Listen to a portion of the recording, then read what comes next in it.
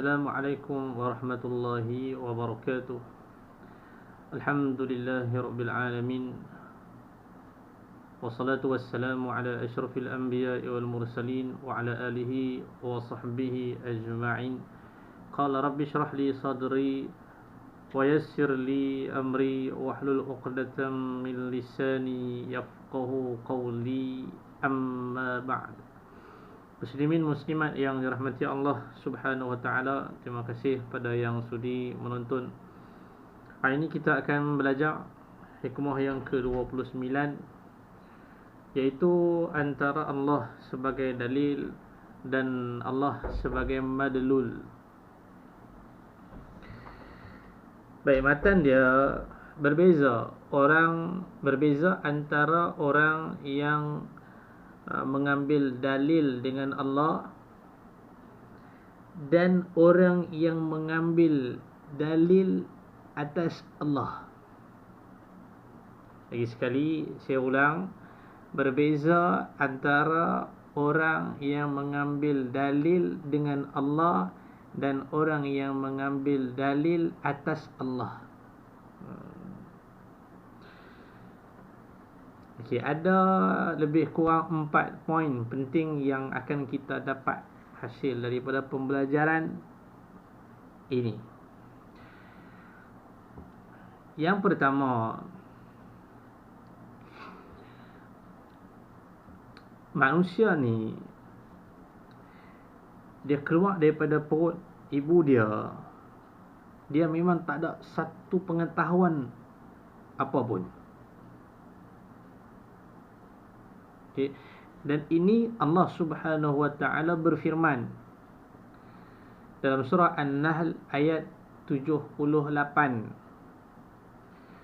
A'udzu billahi minasyaitonir rajim. Wallahu akhrajakum min butuni ummahatikum la ta'lamuna syai'an. Allah telah mengeluarkan kamu dari perut ibumu sedangkan kamu tidak mengetahui satu apa pun. Zero. Tak tahu apa langsung. Wa ja'ala lakumus sam'a wal absara wal af'idah la'allakum tashkurun. Dijadikannya bagimu pendengaran, penglihatan dan jantung. Mudah-mudahan kamu berterima kasih. Dengan hati, penglihatan, pendengaran Allah bagi daripada kita keluar tak ada apa kan. So dia bagi benda tu, dengan nikmat tersebut diangkatnya manusia, martabat manusia tu Allah angkat sikit. Maka kita perlu berterima kasih kepada Allah Subhanahu wa taala. Dan ada pula yang dari kalangan hamba Allah yang khusus Allah tarik dia untuk dekat dengan Allah. Allah pilih dia untuk hampir dengan Allah. Itu. So daripada kita tak ada apa, dia bagi kita pendengaran, penglihatan, hati. Dengan benda tu kita boleh kenal macam-macam. Naik martabat kita sikit daripada jahil tu naik pandai sikit kan. Dan ada yang lebih tinggi daripada tu, darjat dia, kemuliaan dia Allah berikan untuk hampir dengan Allah Subhanahu wa taala. Dan di sini kita akan sebut dua bahagian. Boleh kita kata A dan B lah. Yang pertama majzub. Majzub. Yang kedua salik. Majzub dia berada dalam fana, jazbah dan fana. Ni kita sebutlah, yakni lebur. Majzub ni maksud dia ditarik, iaitu hamba yang Allah kehendaki, Allah nak dia yang ditarik olehnya. So dia jazbah dan fana, lebur dia.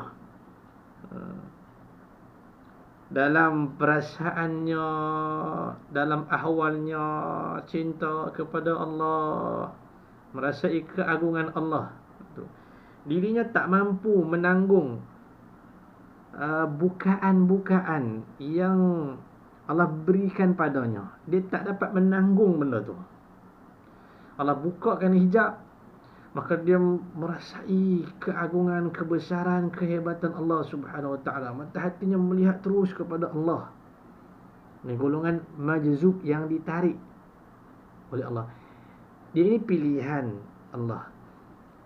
Dia tak boleh membimbing, kita tak boleh belajar dengan dia, dan dia tak boleh menjadi pemimpin, apatah lagi nak bimbing orang lain, sebab diri dia tu dia tak dapat bimbing. Okey. Biasanya golongan ni dia jauh dengan manusia lah, dia lari, dia tak mau kemasyhuran, dia tak mau nama dan lain-lain, dia lari jauh. Majzub. Okey. Bukan majnun. Majnun tu gila. Kalau orang tanya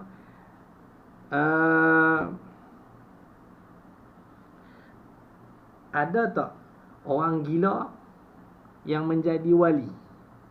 Yang orang gila seperti wali? Jawabnya tak ada. Tapi kalau wali seperti orang gila, ada. Itu panjang cerita dah. Kita tak usah pergi dalam sangat lah. So kita bagi A dan B. A majzub, golongan yang ditarik oleh Allah Subhanahu Wa Taala.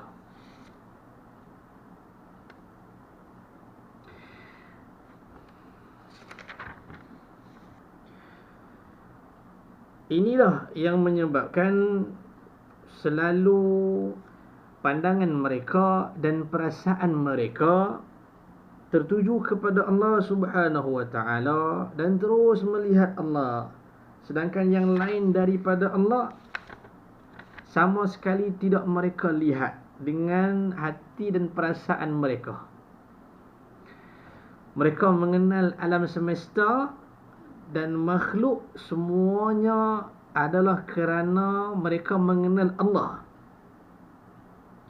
Dari kenal mereka kepada Allah yang menyebabkan mereka kenal kepada alam dan makhluknya.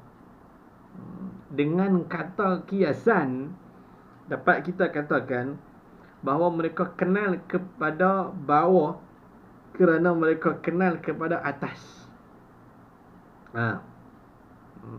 Jadi mereka melihat ke bawah dari atas. Saya ulang, mereka melihat ke bawah dari atas, bukan dari bawah. Okay. Itu majzub. Saya bagi nampak sikit lah. Okay.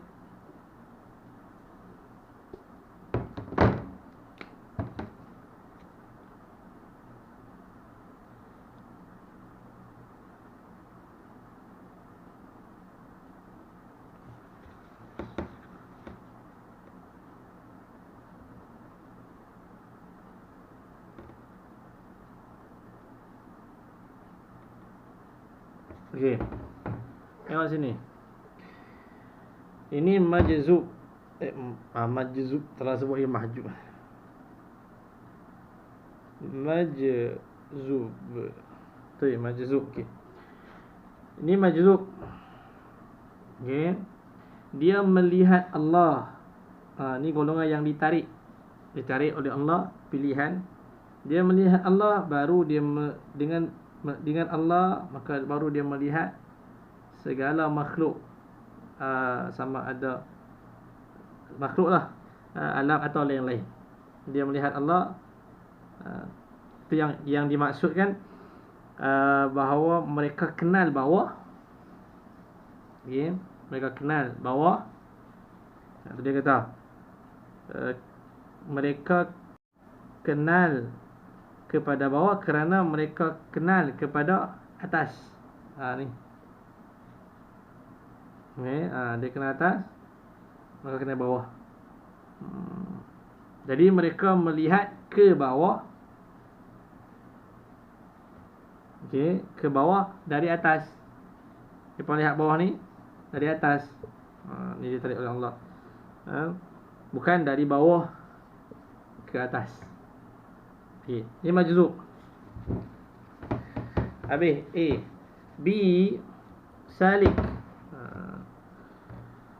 Dia disebut dengan muriduna as-salikuna, iaitu orang yang berkehendak, lagi sedang berjalan.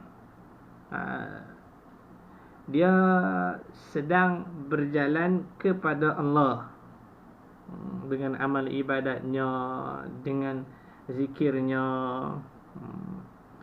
Pengertiannya bahawa mereka itu mengetahui dan mengenal Allah adalah dengan alam. Tadi kita sebutkan dari bawah, dengan alam dan makhluk-makhluknya. Okay, dengan alam. Alright, so mereka mengenal Allah. Okay, mereka mengenal Allah dengan alam. Baru dia naik atas. Okay.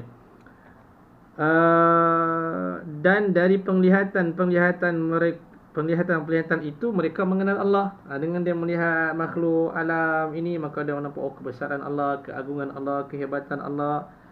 Ni dia nampak atas. Ini semua datang daripada Allah, ini semua datang daripada Allah. Mereka sampai kepada Allah dalam perjalanan mereka. Mereka terus mengerjakan ibadat dalam erti yang luas. Sedangkan hati dan perasaan mereka masih belum dapat melihat Allah. Dia tak sama seperti hamba-hamba Allah yang majzub tadi. Sebab segala apa yang mereka lihat dari alam dunia ini masih menjadi penghambat bagi mereka. Apabila mereka sedar, tekun dan yakin, so, dalam dia proses tu kan, dia untuk dekat kepada Allah, dia rajin baca Quran, dia rajin zikir, dia rajin buat yang sunat, solat sunat dan lain-lain. Di samping dia keyakinan dia itu dalam perjalanannya, dia akan jumpa Allah, insya-Allah Allah akan izin. Maka keyakinannya itu insya-Allah dipilih oleh Allah dan diangkat martabatnya. Dari salikun tadi, al-muriduna salikuna, kepada al-muraduna majzubuna.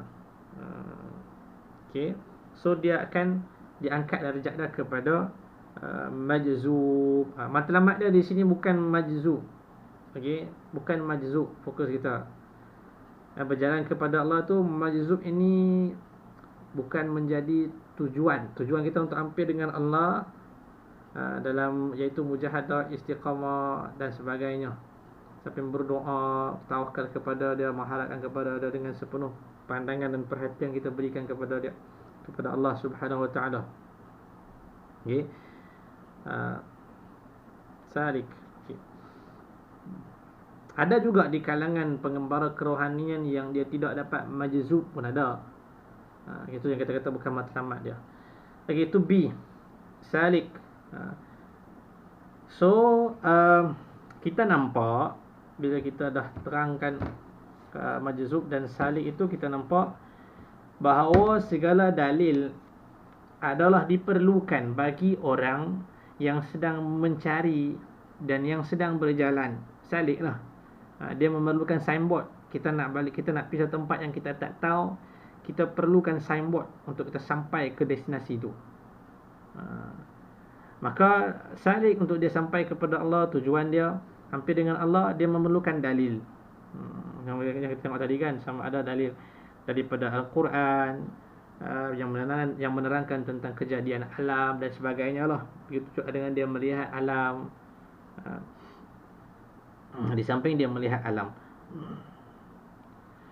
tetapi orang yang sudah sampai ke tempat tujuan dan melihat dengan mata kepala sesuatu yang dicarinya telah ada dan telah terang dan coraknya, maka pada waktu itu ia tidak memerlukan lagi kepada tanda-tanda yang menunjukkan atas sesuatu yang menjadi maksud dan tujuannya itu. Majzub dia dah sampai kepada Allah, Allah tarik dia, bukan sampai, Allah pilih dan Allah tarik dia. So maka dia tak perlukan signboard. Sebab dia dah sampai ke destinasi. So apa guna signboard itu untuk dia? Okay. Maksudnya dia tidak lagi memerlukan dalil seperti mana salik tadi. Untuk apa dalil, dia kata, sedangkan yang didalilkan sudah ada dan dilihat dengan mata kepala. Dalil itu adalah petunjuk bagi sesuatu yang belum dilihat, sesuatu yang belum diperoleh, sesuatu yang belum yakin kita tentang sebenarnya. Macam orang, kita hidup, kita dengar cerita alam barzakh, apa yang ada dalam dia, dan macam-macam lah. Kita tak pernah pergi lagi. Kita memerlukan dalil, penerangan tentang itu. Orang yang dah mati, dia dah ada di sana, dia dah lalu, dia dah rasa apa. So tak usah kita pergi terang kat dia lagi lah, ni hang dalam alam barzakh, tak payah, sebab dia dah sampai sana dah. Bukan saya sampai, bahkan dia sudah merasainya. So untuk apa dalil? Contohlah. Jadi bagi orang yang berjalan salik kepada Allah, mengambil dalil atas wujud Allah, maka dia ni tidak sunyi dari perubahan-perubahan. Jalannya masih jauh, rantaunya masih panjang, dia harus melalui liku-liku dalam perjalanannya, aneka warna, dan naik turunnya itu bukit-bukit yang harus ia jalani. Dia masih lagi kena harungi. Dalam perjalanan dia tu, kadang-kadang Allah uji dengan takdir, orang yang dia sayang mati, muflis, Allah uji macam-macam. Itu yang masuk liku-liku tu, yang dia kena hadapi. Dan dia memang izin Allah, Allah izin orang ni biasanya dia boleh hadap. Sebab ilmu yang ada pada dia, syariat, hakikat dan makrifat, tauhid itu semua dah mantap. InsyaAllah Tuhan bantu dia boleh. Habis itu sikit. Itu yang pertama. Yang kedua, so jalan apakah yang kita boleh selamat untuk sampai kepada tujuan? Yang ni kepada Allah. Ada dua. A dan B kita buat. A mujahadah, B perbaiki hati. A mujahadah, B perbaiki hati. Mujahadah, dia melawan hawa nafsu, melawan bisikan syaitan, melawan iblis, dengan mengerjakan ibadat sebanyak-banyaknya, berjuang menentang musuh-musuh Allah ini. Okey, jalan dia, alamak, maka tarak. Aduh. Bismillah.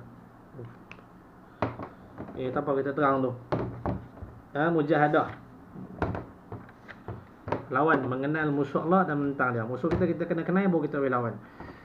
Dan inilah yang Allah sebut dalam surah Al-Ankabut ayat 69. A'udzu billahi minasyaitonir rajim. Bismillahirrahmanirrahim. Walladzina jahadu fina lanahdiyannahum subulana wa innallaha lama'al muhsinin. Artinya, orang yang berjuang pada jalan kami, kami akan tunjuki mereka itu pada jalan-jalan kami. Hang bertungkus lumus, hang niat ikhlas, susah payah hang, tak akan disia-siakan susah hang tu. Allah akan bantu. Kami akan tunjuki mereka itu akan jalan-jalan kami. Jaminan Allah, Pak. Kita sebut dulu tentang jaminan. Kemana yang ketujuh. Dan sesungguhnya Allah bersama orang-orang yang berbuat kebaikan. Tuan-tuan nampak? Allah bersama orang-orang yang berbuat kebaikan. Itu dalil dia. B, perbaiki hati dari sekalian penyakit-penyakitnya. Tu nak baiki hati yang ada penyakit, ada 6. Nak buat apa tau ni? Buat bila apa pun. 1, baca Quran dengan tadabbur, tahu makna dia, penghayatan sepenuhnya. 2, kosongkan perut sehingga dia tak terlalu berat dalam mengerjakan ibadat. Yang ketiga, rajin sembahyang malam dan mohon keampunan kepada Allah Subhanahu Wa Taala setelah itu. Yang keempat, taubat kepada Allah, minta ampun. Sama. Yang ketiga tadi, rajin sembahyang malam. Yang keempat, minta ampun lah. Sorry. Yang ketiga, rajin sembahyang sunat. Yang ni sembahyang malam, tahajud. Yang keempat, taubat dan minta ampun kepada Allah pada waktu manusia tengah tidur, tengah sedap tidur, malam lah kan. Yang keempat, taubat. Yang kelima, bersahabat dengan orang baik. Dan yang keenam, jauhi benda yang haram, perkara yang haram dan syubhat, sama ada pada makanan, minuman, pakaian dan lain-lain. So apabila keenam perkara ini kita kerjakan, di samping mujahadah kita buat, insya-Allah keadaan kita, tengok natijah dia, keadaan kita akan bertambah baik. Fikiran kita tenang, hati kita tenteram, dengan Allah kita dekat, dengan manusia kita baik, maka tiada yang lebih bahagia dari itu. Dan inilah kebahagiaan duniawi dan ukhrawi. So kesimpulan dah sikit, untuk kita amalkan ajaran ini, maka kita perlu banyak bermusyawarah, belajar dengan alim ulama. Kita tanya dia, fas'alu ahla dzikr in kuntum la ta'lamun. Kita tanya dia macam mana ibadat yang perlu kita buat dan sebagainya. Ulama yang mempunyai ilmu dan beramal dengan ilmunya itu, serta ikhlas dalam ibadatnya, insya-Allah dia akan pimpin kita. Tapi mudah-mudahan kita dipelihara dari sekalian malapetaka. Amin ya rabbal alamin. Okay. Saya ulang. Okey. Saya tunjuk sikitlah. Nah, apa yang kita belajar hari ni, hikmah yang ke-29. Ya Allah, ya Tuhanku, maka dah tak ada dakwah.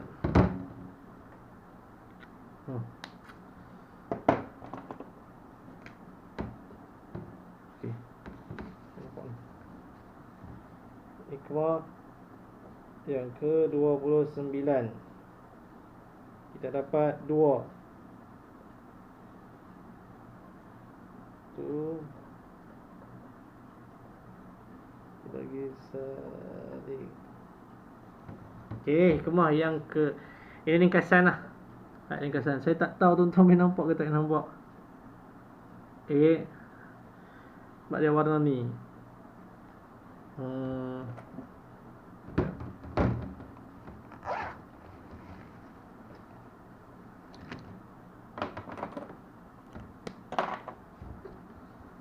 Okey, hikmah yang ke-29. So, point dia kita dapat majzub, okey, dan salik. Majzub dan salik. Ataupun kita boleh letak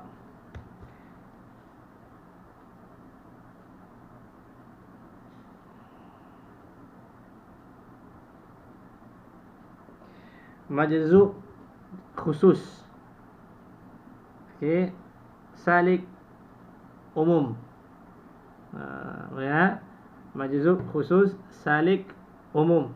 Khusus, umum, majzub, salik. Hikmah yang ke-29.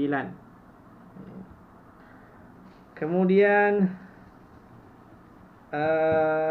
poin lagi yang kita dapat,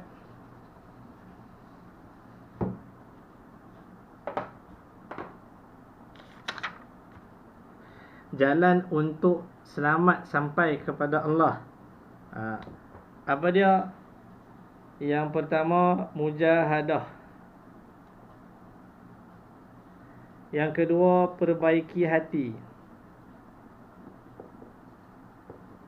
Okey.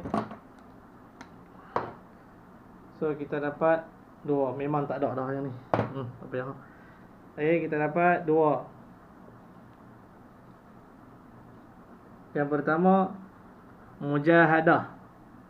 Mujahadah ni lawan nafsu, syaitan, iblis, dunia. Okey, mujahadah. Perbaiki hati ni tadi kita dah sebut dah. Boleh tengok balik lah. Antaranya baca Quran, kosongkan perut, biasakan perut dalam keadaan lapar. Kemudian sembahyang malam, tahajud, taubat kepada Allah, cari kawan yang baik, jauhi perkara yang haram dan syubhat. InsyaAllah natijah daripada tu, hati kita akan tenang, fikiran kita akan tenteram, kita dekat dengan Allah, kita dekat dengan manusia, hubungan kita dengan manusia baik, dengan manusia pula, hubungan kita dengan manusia baik, maka tak ada yang lebih bahagia daripada itu. Dan inilah kebahagiaan ukhrawi, duniawi dan ukhrawi. Wallahu ta'ala a'lam. Mudah-mudahan Allah memberi kefahaman kepada kita dan semoga bermanfaat apa yang kita pelajari hari ini. Semoga Allah memberi kemudahan kepada kita untuk kita jadi orang yang lebih baik di sisi Allah Subhanahu wa ta'ala. Okey, insya-Allah pada kuliah akan datang kita sambung lagi kemah yang ke-30, pemurah. Adalah ciri-ciri khas hamba yang soleh. Dan bahagian pemurah kita akan sebut insya-Allah. Sekian daripada saya. Wassalamualaikum warahmatullahi wabarakatuh.